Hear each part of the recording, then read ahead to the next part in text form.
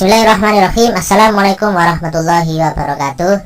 Nah, pada kesempatan kali ini saya akan berbagi tentang bagaimana cara untuk bisa menguasai bab peluang di matematika. Nah, dibutuhkan waktu tidak banyak, cukup 21 menit Anda dijamin bisa menguasai, bisa mahir, bisa jago dalam menjawab soal bab peluang. Tidak banyak waktunya, asalkan Anda benar-benar fokus, benar-benar konsentrasi untuk mempelajari video ini selama waktu 21 menit. Saya kupas dulu tentang cakupan materi yang akan kita bahas ya. Apa saja yang akan kita bahas, yaitu ada satu, peluang empirik atau frekuensi relatif. Yang kedua tentang ruang sampel. Yang ketiga tentang peluang teoretik. Yang keempat tentang peluang komplement. Yang kelima tentang frekuensi harapan. Jadi ada 5 item yang akan kita bahas. Nah, 5 item ini merupakan bab peluang yang mungkin diajarkan di SD, tapi lebih khusus di SMP ya. Jadi ini tidak untuk SMA karena SMA lebih dalam, tapi tidak menutup kemungkinan SMA juga perlu ini karena ini adalah materi dasar di bab peluang. Oke, saya lanjutkan. Yang pertama yaitu tentang peluang empirik, atau nama lainnya adalah frekuensi relatif. Apa itu? Nah, ini silakan disaksikan. Peluang empirik atau frekuensi relatif. Peluang empirik itu sebetulnya sama dengan frekuensi relatif, hanya namanya saja yang berbeda, tapi sebetulnya sama. Nah, apa itu peluang empirik? Apa itu frekuensi relatif? Yaitu bisa kita rumuskan seperti ini. Frekuensi relatif itu adalah banyaknya kejadian, banyak suatu kejadian dibagi dengan banyaknya percobaan. Maksudnya, jadi bisa Anda lihat di sini, saya berikan contoh. Pada pelemparan sebuah koin sebanyak 10 kali, ternyata muncul gambar sebanyak 4 kali dan muncul angka sebanyak 6 kali. Nah, ini ada suatu percobaan ya. Percobaannya itu melempar sebuah koin sebanyak 10 kali. Ternyata dalam 10 kali ini diketahui muncul gambar ada 4 kali, angka sebanyak 6 kali. Nah, di sini frekuensi relatifnya atau peluang empiriknya gambar berarti 4:10 atau 4/10. 4 dari mana? Dari 4 ini, 4/10. Terus muncul angka berarti ya 6/10. Nah, ini adalah peluang empirik atau frekuensi relatif. Nah, misalkan di soal kayak begini, ini bisa juga Anda kecilkan atau sederhanakan. Yang penting Anda paham tentang apa sih yang dimaksud dengan peluang empirik atau frekuensi relatif. Nah, ya kayak gini. Baik, saya berharap ini bisa dipahami. Lanjut ke berikutnya, yaitu tentang ruang sampel dan titik sampel. Apa sih ruang sampel itu? Baik, ini akan saya berikan ilustrasi begini. Ruang sampel itu dilambangkan dengan S. Nah, apa sih ruang sampel? Yaitu himpunan semua kejadian yang mungkin dari suatu percobaan. Semua kejadian yang mungkin. Jadi saya berikan contoh. Tentukan ruang sampel dari 1. Pelemparan sebuah koin. Koin kalau dilempar itu pasti ada 2 kemungkinan, yaitu muncul angka atau muncul gambar. Nah, di sini saya tulis S-nya, himpunan S-nya adalah A sama G, angka sama gambar. Nah, seperti itu adalah ruang sampel.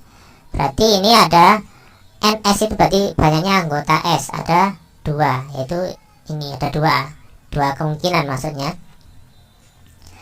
Lanjut contoh berikutnya ya. Pelemparan sebuah dadu. Dadu yang normal itu ada 6 mata dadu ya. Berarti ini ruang sampelnya adalah 1, 2, 3, 4, 5, 6. Berarti ini NS nya atau banyaknya anggota S ada 6. Itu yang dimaksud dengan ruang sampel. Sedangkan yang dimaksud dengan titik sampel itu adalah anggota-anggotanya ini. A ini ya termasuk titik sampel, G juga titik sampel, 1 ini titik sampel, 2 titik sampel. Nah, seperti itu. Jadi titik sampel itu merupakan bagian dari ruang sampel. Baik, bicara mengenai ruang sampel akan saya berikan lagi contoh yang berikutnya karena harus benar-benar paham ya untuk peluang, untuk ruang sampel kalau ingin menguasai bab peluang. Baik, pelemparan 2 koin. Pelemparan 2 koin ini ada berapa ruang sampelnya? Nah, 2 koin berarti ada kemungkinan muncul dua-duanya angka, muncul yang pertama muncul angka, koin yang kedua muncul gambar, atau koin yang pertama muncul gambar, koin yang kedua muncul angka, atau keduanya gambar. Nah, berarti ada 4 kemungkinan. Itu kalau 2 koin. Bagaimana kalau 3 koin? Nah, oke. Ternyata kemungkinannya banyak. Itu yang pertama, ketiganya muncul angka. Yang kedua, koin yang pertama muncul angka, koin yang kedua muncul gambar, koin yang ketiga muncul gambar. Nah, ini kalau kita data semua kemungkinan ada 1, 2, 3, 4, 5, 6, 7, 8. Ya, berarti NS-nya ada 8. Nah, itu kalau 3 koin. Bagaimana kalau 4 koin, 5 koin, dan seterusnya? Nanti silakan dicari polanya. Ada polanya nanti ya. Oke, sekarang kalau pelemparan 1 koin dengan dadu. Nah, ini sudah kombinasi dengan dadu ya. 1 koin dengan dadu ini lebih tepatnya, lebih gampangnya ini kita pakai tabel aja ya, tabel ini. Jadi yang bawah ini misalkan adalah angka, koin kan angka sama gambar. Terus dadu kan matanya ada 6. 1, 2, 3, 4, 5, 6. Nah, di sini kemungkinannya kan berarti angka keluar angka, terus kemudian dadunya keluar 1. Kemungkinan kedua, koin keluar angka, kemudian dadunya keluar mata dadu 2, dan seterusnya. Ada berapa ini? Ada ini. Seluruh kemungkinannya ternyata ada 6, ada 12. Ada 12 kemungkinan. Nah, mungkin ada pertanyaan ya. Ada cara cepatnya ya. Bagaimana kalau 3 koin, 4 koin, 5 koin, atau 1 koin dengan 2 dadu dan seterusnya? Ternyata ada polanya. Dari mana? Oke, diperhatikan ini. Tadi 2 koin, ternyata ada 4. Nah, sebetulnya itu kan 2 kali 2. Kok bisa? Ini kan koin kan ada 2 kemungkinan. 2 kali 2. Bagaimana kalau 3 koin? Nah, koin itu kan 1 koin kan 2. Nah, 3 koin berarti ya 2 kali 2 kali 2 kan 8. Nah, bagaimana kalau 1 koin dan 1 dadu? Koin kan 2, dadu kan 6. Berarti ya 2 kali 6 kan 12. Nah, ini adalah cara cepat untuk menentukan banyaknya anggota ruang sampel. Semoga bisa dipahami. Kita lanjutkan ke berikutnya. Contoh berikutnya ya. Pelemparan 2 dadu. Nah, ini seringkali keluar ya. Ini seringkali keluar tentang pelemparan 2 dadu. Kebanyakan siswa itu kalau ditanya ruang sampelnya 2 dadu itu ada 12, padahal enggak. Ada berapa? Oke, kita cek. Nah, untuk lebih mudahnya kita bikin tabel 1, 2, 3, 4, 5, 6 ya. Ini ada pasangan-pasangannya. Ini dadu 1, ini dadu yang kedua. Berarti kemungkinannya kan gini, 1,1, 1,2. Nah, dan seterusnya. Banyak. Ada berapa ini? Nah, ternyata kalau kita hitung ini ada 36. Nah, 36 dari mana? Ternyata 36 itu dari 6 dikali 6. Kok bisa 6 kali 6? Karena dadu kan 6. 6 kali 6, karena ada 2 ya. 6 kali 6 kan 36. Bagaimana kalau 3 dadu? Ya tinggal 6 kali 6 kali 6. Banyak sekali. Nah, itu tentang ruang sampel. Semoga bisa dipahami karena ini merupakan dasar dari peluang. Saya lanjutkan berikutnya.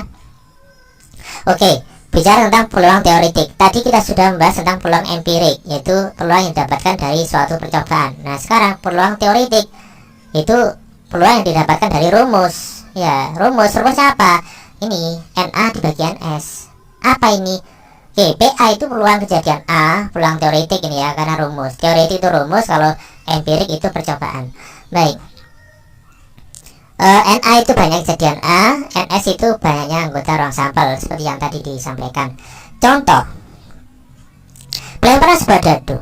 Tentukan peluang muncul mata dadu 5 atau 6. Nah, B muncul mata dadu ganjil. Oke, kita data dulu ruang sampelnya kan ada 6. 1, 2, 3, 4, 5, 6 karena dadu ya. Nah, kemudian A. Ini kan A, poin A. Muncul mata dadu 5 atau 6, berarti ya 5,6. Ada berapa ini? Oke, kemudian mata dadu ganjil kan 1, 3, 5. Loh, kok nggak ada 7? Ya kan dadu kan ada 6. Jadi cukup 1, 3, dan 5. Kemudian kita data ini NS-nya ada 6, ini NS-nya ada, NA-nya ada 2, ini NB-nya ada 3 anggota. Kemudian kita cari peluangnya.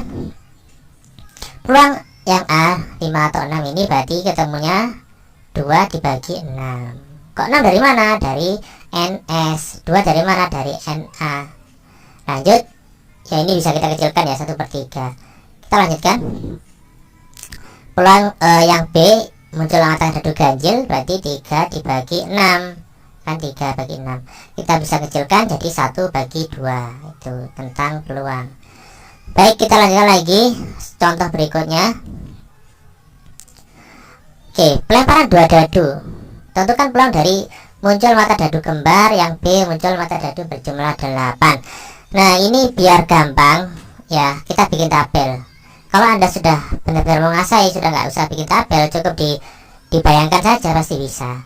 Tapi kalau awal-awal kita lihat tabel aja. Ini ada tabel kemungkinan dari pelemparan 2 dadu. Yang A, peluang muncul mata dadu kembar, berarti ada apa saja? Ini kan kembar 1, 2, 2, 3, 3, 4, 4, 5, 5, dan 6, 6. Berarti yang A jawabannya adalah, peluangnya adalah ini kan 6 per 36. 36 dari mana? Dari total semua kemungkinannya kan ada 36. Kemudian yang 6 dari mana? 6 itu dari yang kembar, kan ada 6. Bisa kita kecilkan, 6 bagi 36 yaitu 1 per 6. Berikutnya yang B ini seringkali muncul ya, biasanya di soal-soal ujian juga banyak, ini ujian nasional juga sering muncul mata dadu berjumlah 8. Maksudnya, nah, kita kan tahu ini kan pasangan 2 dadu ya, pasangan dadu. Kita lihat yang jumlahnya 8 yang mana? Yaitu ini ya. Bentar. 6 sama 2 kan. Kalau ditotal kan 8. Setelah itu berapa lagi? 5 sama 3. Setelah itu 4 sama 4. 3 sama 5. 2 sama 6. Nah, ini adalah muncul mata dadu yang berjumlah 8. Oke. Berarti peluangnya adalah 5 per 36 itu. Bagaimana kalau berjumlah 9? Ya silakan dilanjutkan sendiri. Ini soalnya seperti ini ya. Baik, semoga bisa dipahami. Lanjut contoh berikutnya. Oke, pelemparan 3 koin.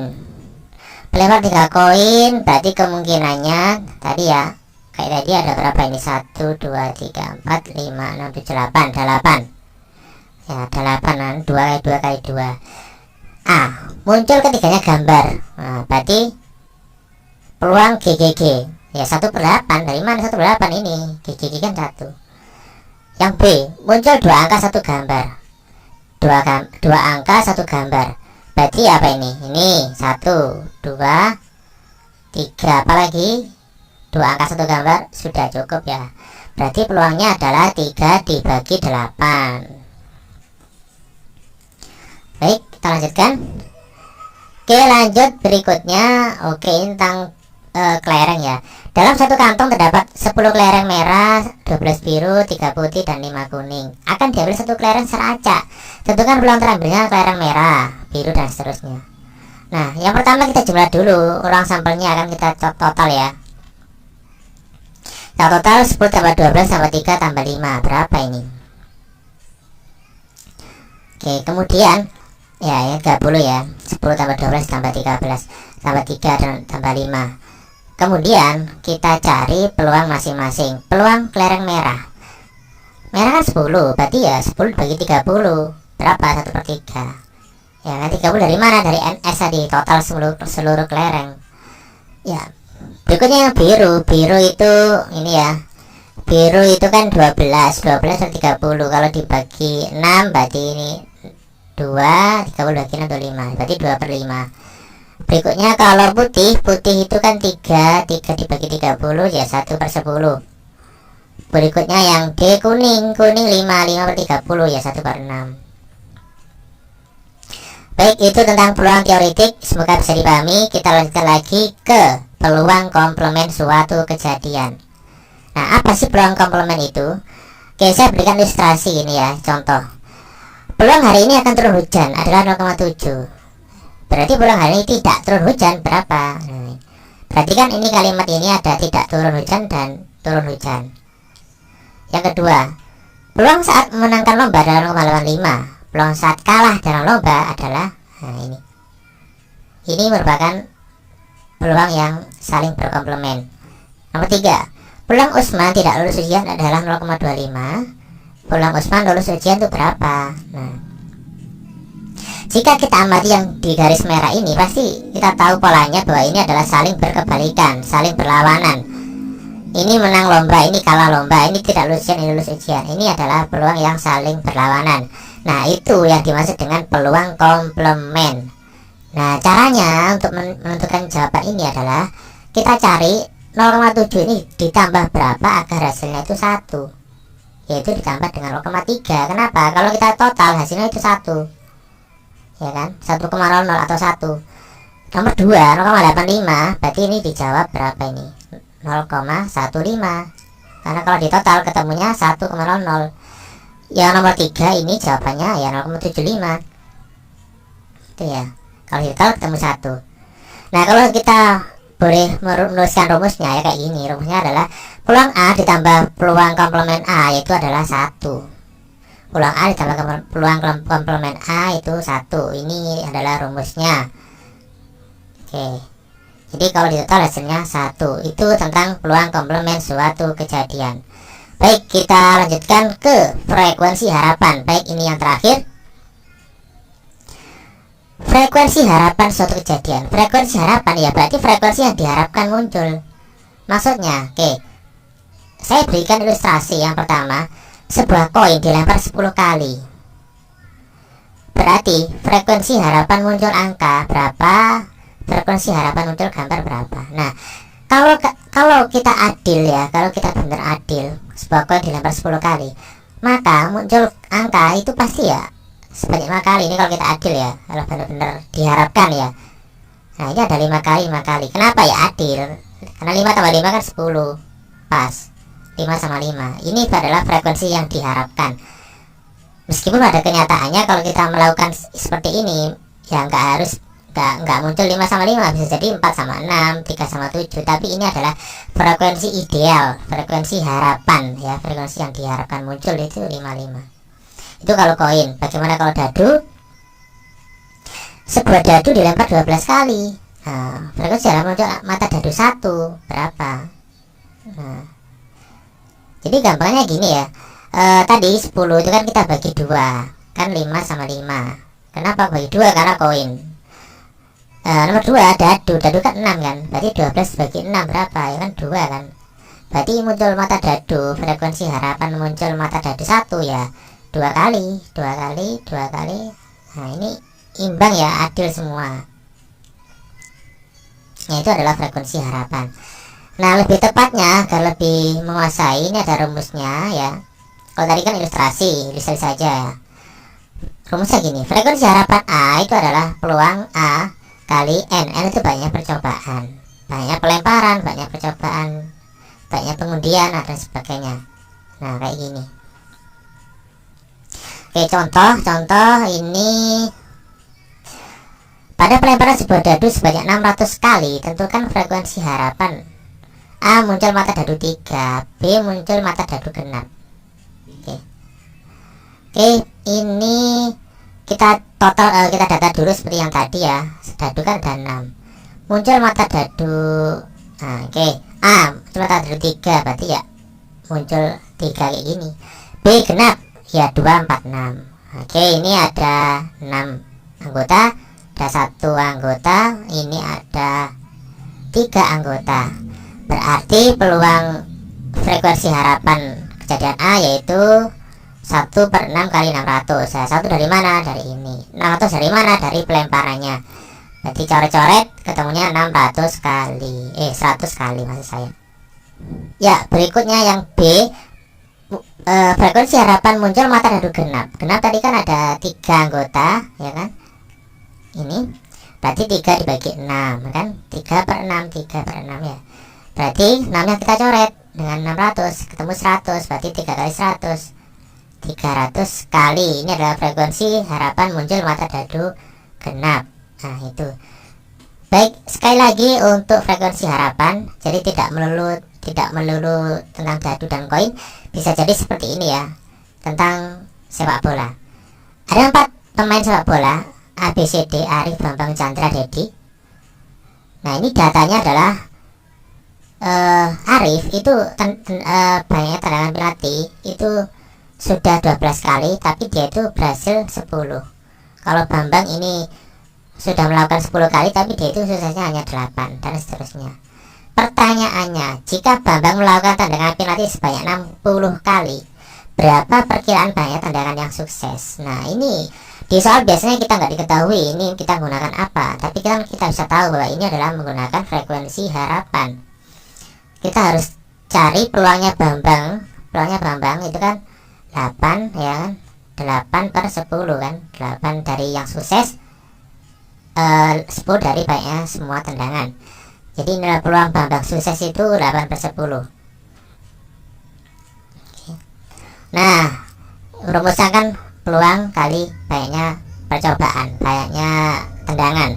Berarti ini 8 dibagi 10 kali 60 berapa? Coret-coret 10 dengan 0, berarti ketemunya 8 kali 6. 8 kali 6 berarti ketemunya 48 kali, yaitu C.